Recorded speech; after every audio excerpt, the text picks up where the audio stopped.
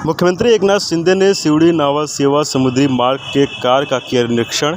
Ceiling को जोड़ने वाले फ्लाईओवर का भी निरीक्षण किया।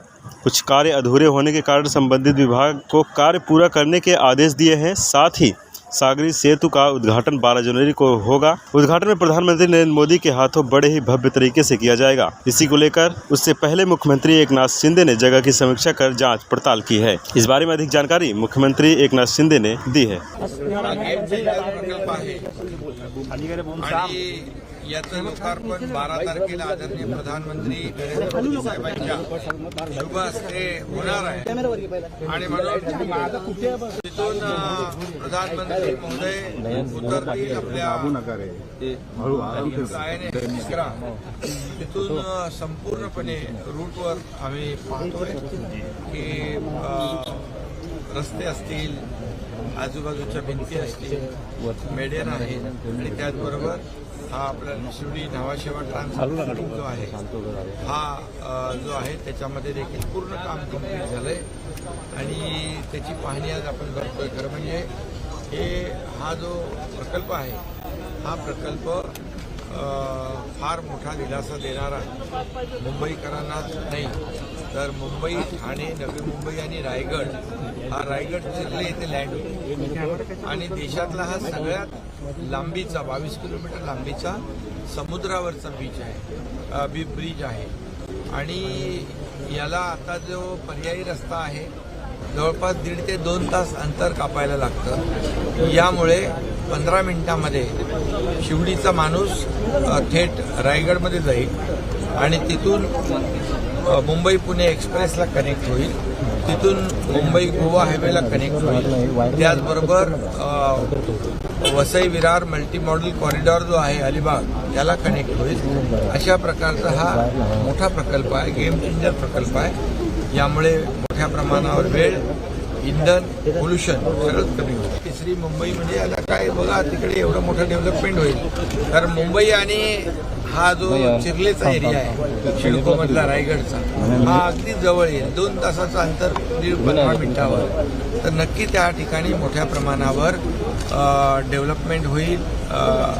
तिथे ग्रोथ सेंटर होतील, मोठ्या प्रमाणावर सर्व्हिस इंडस्ट्री होतील, तिथे मोठ्या प्रमाणावर वसाहती होतील आणि एक गेम चेंजर या ठिकाणी आपल्याला पाहायला मिळेल। लोकांना फार मोठा याचा दिलासा। निवडणुका डोळ्यासमोर ठेवून आम्ही कुठलं काम केलेलं नाही, करणार नाही। हा पूल आता कंप्लीट झालेला आहे। यापूर्वी जे प्रकल्प आम्ही कंप्लीट केले ते का निवडणुका होत्या तेव्हा जे 2.5 वर्ष घरात बसले होते सगळं काम बंद करू, त्यांनी केलेलं सगळं जे काय बंद केलं काम आम्ही सुरू केलं, त्याला चालना दिली।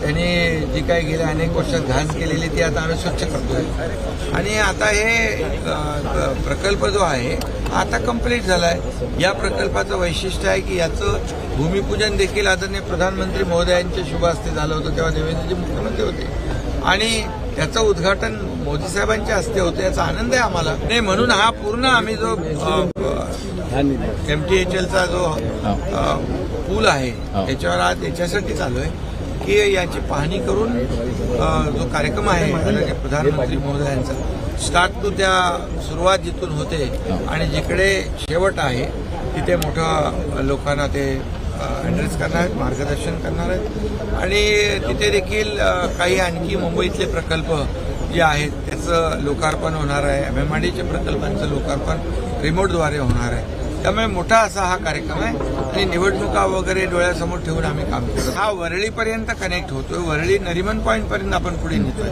म्हणजे नरिमन पॉईंटमधला माणूस जो आहे तो अवघ्या 15 ते 20 मिनिटात कुठे पोहोचेल रायगडमध्ये। अशा प्रकारचा हा मोठा एक प्रकल्प आहे आणि एकदम पर्यावरण पूरक आहे। यामध्ये मी आपल्याला सांगू इच्छितो फ्लेमिंगो मोठ्या प्रमाणावर आहेत। काही लोक त्यावेळेस म्हणाले की या प्रकल्पामुळे फ्लेमिंगो कमी होतील, परंतु आम्ही तेव्हा त्याला रिव्हर्स सर्क्युलेशन ड्रिल वापरली अत्याधुनिक। त्यामध्ये आम्ही प्रोटेक्शन वॉल केली, त्यामध्ये आम्ही हे नॉईज बॅरियर लावले आणि त्यामुळे ते फ्लेमिंगो जे आहेत कमी नाही झाले, वाढले उलट। त्यामुळे पूर्णपणे पर्यावरणाचा समतोल राखून त्याची काळजी घेऊन हा प्रकल्प ॲडव्हान्स टेक्नॉलॉजी वापरून आपण केलेला आहे. त्यामुळे हा देशातला नंबर 1 चालतो. अरे लोकसभा निवडणूक आहे, प्रधानमंत्री तर 1 वर्षापूर्वी पण आले ना, 1.25 वर्षापूर्वी पण आले प्रधानमंत्री मुंबईमध्ये. मग काय तेव्हा निवडणुका होते का? आता विरोधी पक्षाला काय कामधंदा आहे का? काहीच नाही आहे. विरोधामध्ये बोलायचं, आरोप करायचं, त्यांच्या आरोपांकडे आम्ही लक्ष देत नाही. आम्ही आमचं काम सुरू आहे. त्यामुळे त्यांना काही म्हटलं तरी जनता सुज्ञ आहे. हा डीप क्लीन ड्राईव्ह जे आहे मुंबईमध्ये त्याचा असर तुम्हाला दिसतो आहे. त्याच्यावर टीका ते करतायत. म्हणजे कुठला असा विषय सोडत नाहीत. त्यामुळे त्यांना त्यांचं काम करू द्या, आम्ही आमचं काम. हे काम करणारं सरकार आहे, फील्डवर उतरून काम करणारं सरकार आहे. घरात बसून आदेश देणार सरकार नाही. महाविकास आघाडीमध्ये अजून नेता ठरत नाही. आमच्याकडे नेता नरेंद्र मोदी साहेब आहेत, त्यामुळे त्यांच्याकडे अजून नेता ठरत नाही. कोण कुठे आहे ते ठरत नाही आणि त्यामुळे आम्हाला काही त्यांची चिंता नाही. त्यांना त्यांचं लकलाभ होऊ दे, आम्ही आमचं काम करू. आमच्याकडे मोदी साहेब आहेत आणि गेल्या 9 वर्षात मोदी साहेबांनी जे काम केलेलं आहे ते 50-60 वर्षात करू शकले नाहीत. ते मोदी साहेबांनी केले. 4 राज्यामध्ये तुम्ही बघितलं, मोदी गॅरंटीच चालली, इतर गॅरंटीला ऍक्सेप्ट नाही केलं.